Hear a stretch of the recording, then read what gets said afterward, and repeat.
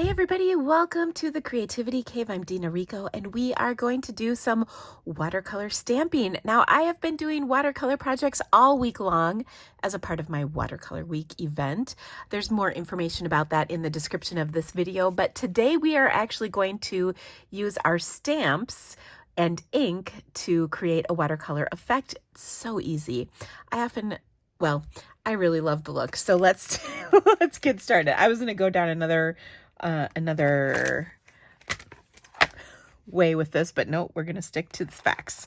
And the facts are You Are Remarkable is a really great stamp set for this. There's several others, including our new perfectly paired stamp set and any kind of two-step stamp set that works really well with this.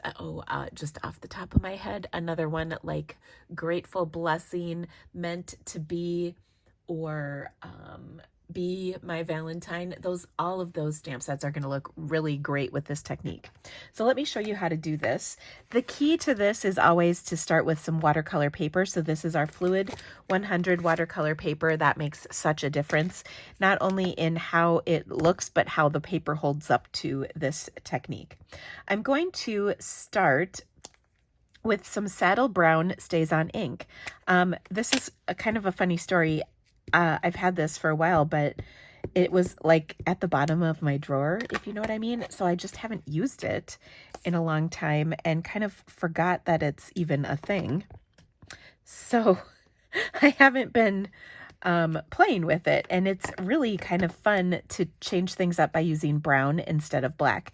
You do want to use either the Saddle Brown or the black Memento. I think it's called Jet Black. I just said Memento. I completely meant Stays On. Memento will not work in this case. You want Stays On because it is a permanent black ink that will not bleed when we add water, and we're about to add some water to this. So now what I'm going to do is I'm going to take my green stamp pad. This is Granny Apple Green. I'm going to ink it up with the leafy stamp, which is going to line up here really nicely. But before I stamp it, I'm actually going to take my spritzer and spray some water on here. Now you can do it one of two ways. You can spritz on the stamp or on the paper. Either one works, but gives you a little bit different results. So let me just spritz this. You can kind of just decide how crazy you want to go with the water. I'm just going to stamp this down, and then it really softens the look. Let's go wild here. And I think I just got a little water on here. That's all right. Let's stamp this again, and I'm going to show you both ways. So we'll stamp the flower one more time on our Fluid 100 paper. And then this time I'm going to spritz the paper instead of my stamp. But because I already spritzed water on here, I do want to kind of clean it off because I don't want to get water all up in my ink pad, because that's not good. Let me grab my chamois here, give this a quick clean, make sure I'm kind of drying off the excess water from my spritzer. I'm going to ink this up one more time, and then this time I'm going to spritz my paper. So again, I did 3 spritzes on this one. I'm going to do 3 spritzes on this one, and we're probably going to get a little bit different effect. We'll see. Looks pretty similar. The big difference might come in our next image. So let's take our flower, and here's where we can really have fun. I think I'm going to go with Petunia Pop for the color on this, because Petunia Pop is just so pretty. Okay, so on this one, I'm going to ink this up. I'm going to spritz on my stamp. Now I'm going to do it kind of pointing in this direction, away from my ink pad though. 1, 2, 3. That first one didn't count because I wasn't in the right direction. And we'll stamp that down. Ooh, a little off, but it looks good. I like it. And then, oops, flying ink pads here. Then I cleaned my stamp off. I'm kind of getting rid of that excess water. We're going to ink it up one more time, and this time I'm going to spritz the water onto the paper. Okay, so 1, 2, 3. Yeah, that was 3. We're going with it.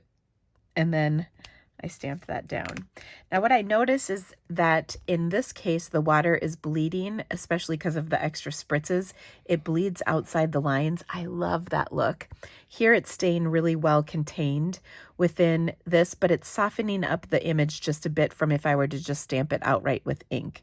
Either way, the look is pretty. I will say I like this one the best. Okay, but one more step. We need to put the center stamp in here, and I think I'm going to do some petunia pop. Or I'm sorry, what am I saying? That's petunia pop.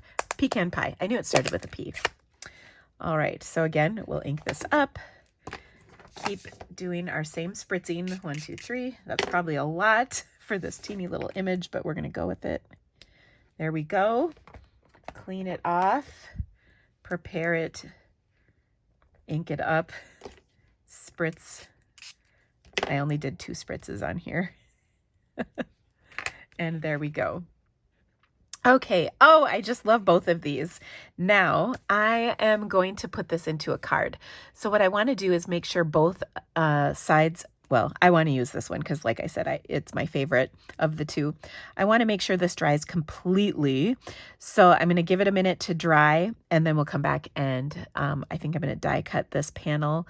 And because I'm die cutting it, I really want to make sure it's dry because otherwise it's not going to cut very well with the die. All right, we'll be back in just a second.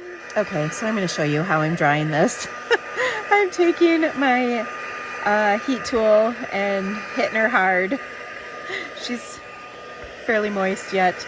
I also heat the back side because we did spritz this sheet multiple times. It's a little moist. So we're gonna really make sure she's dry before we go to die cut her. And you can even see the moisture on my table. And you might have been able to see that. So let's take a look. Okay, now I can feel it is nice and dry. So now I'm gonna run that through my die cutting machine with some textured notes dies, and then we're going to put together our card. So I die cut this out with the textured note die. I did a coordinating rectangle in Petunia Pop so that we can layer these 2 beauties together. And then I also embossed a 4x5 1/4 with the pressed flowers embossing folder. Oh, so pretty. I'm going to go ahead and take my basic beige card base, which by the way, I don't know, did I just say that's basic beige? Because it is. We'll give this a good crease. And then, ooh, there's some schmutz on my card, so we'll do this side. All right, so I want to put this on here, but before I do that, I want to actually adhere this, and then adhesive. Got to get all the things ready here. I'm going to adhere this directly to that embossed panel. And I'll put a little more adhesive on here just because it's embossed. So give it a little bit more to stick to. And I'm going to kind of set it off to this side. Okay. And then this piece, I'm going to pop up on top. Now, our stamp set has some very nice sentiments in it, and we are going to take, let me just get these on here first. We are going to take and stamp the sentiment on the inside of our card just because there's not quite room on the front of our card, and I don't want to take away from my, let's be honest, gorgeous kind of fake stamping. But I am going to take some of this new Petunia Pop iridescent ribbon, and we're going to put that in between these 2 layers.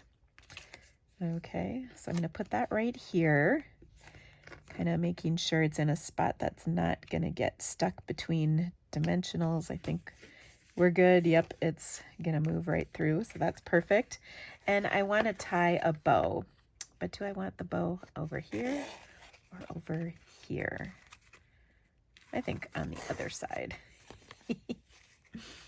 Okay, so I want to pull a little bit more ribbon out so I can have enough room to tie that bow. Now, if you're enjoying this watercolor video, please check out my watercolor week videos. I've been doing 5 lives this week. I have one more pre-recorded video coming out tomorrow. The link to all of the information about Watercolor Week is in the description of my video, and make sure to register because I'm giving away some watercolor-based goodies that you might just enjoy, and watercoloring is the best. This method of watercoloring is super fun, but you need a stamp to do it that has some solids and some details to make this technique work. And I will show you all kinds of watercolor secrets throughout my Watercolor Week event. But hurry, because Watercolor Week is only available open to the public until July 31st. After that, you have to get the PDF or join my Paint with Dina to get access to the content. And it is fantabulous content, if I can just say. All right, so let's adhere this together. We're also going to embellish a little, and then we can even stamp on the inside. So I've got this on my card. Ooh, I probably should have put a little more adhesive there. I forget this embossed design needs a little bit more adhesive when adhering, but gosh, isn't that pretty? Ooh, I like it.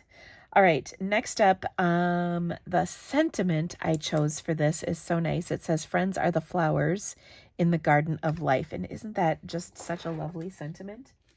I want to take my white panel and we'll stamp this in our petunia pop right there. And then I'm also going to add, I don't think I mounted this stamp, so let me grab it. There's this cute little bee in here, and I think that would be cute on this card. So let's grab him, and we'll stamp him in our saddle brown ink. Sorry.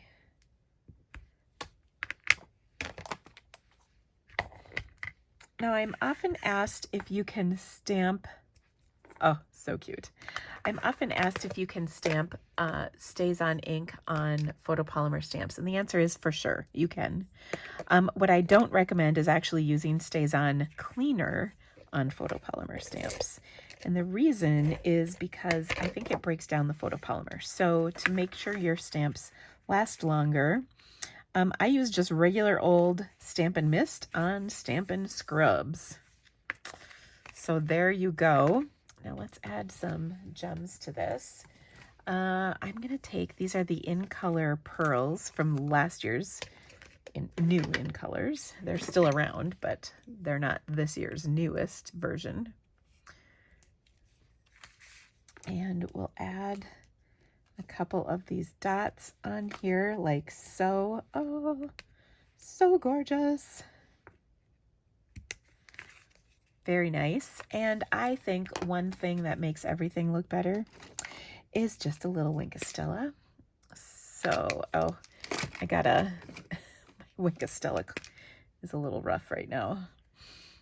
Okay, so I'm just gonna put some Winkostella on here, kind of add some shimmer around. Oh yeah, that's pretty. And then I love to spritz Winkostella. It's just my thing. So I'm going to take and smack this against here. Oh, that looks gorgeous. And then I get a whole bunch of shimmer. Can you see that? It's pretty cool. And then I can even do a little on the inside too, because you know, you just should. That little bee deserves some Stella on her wings. Anyway, I hope you've loved this technique.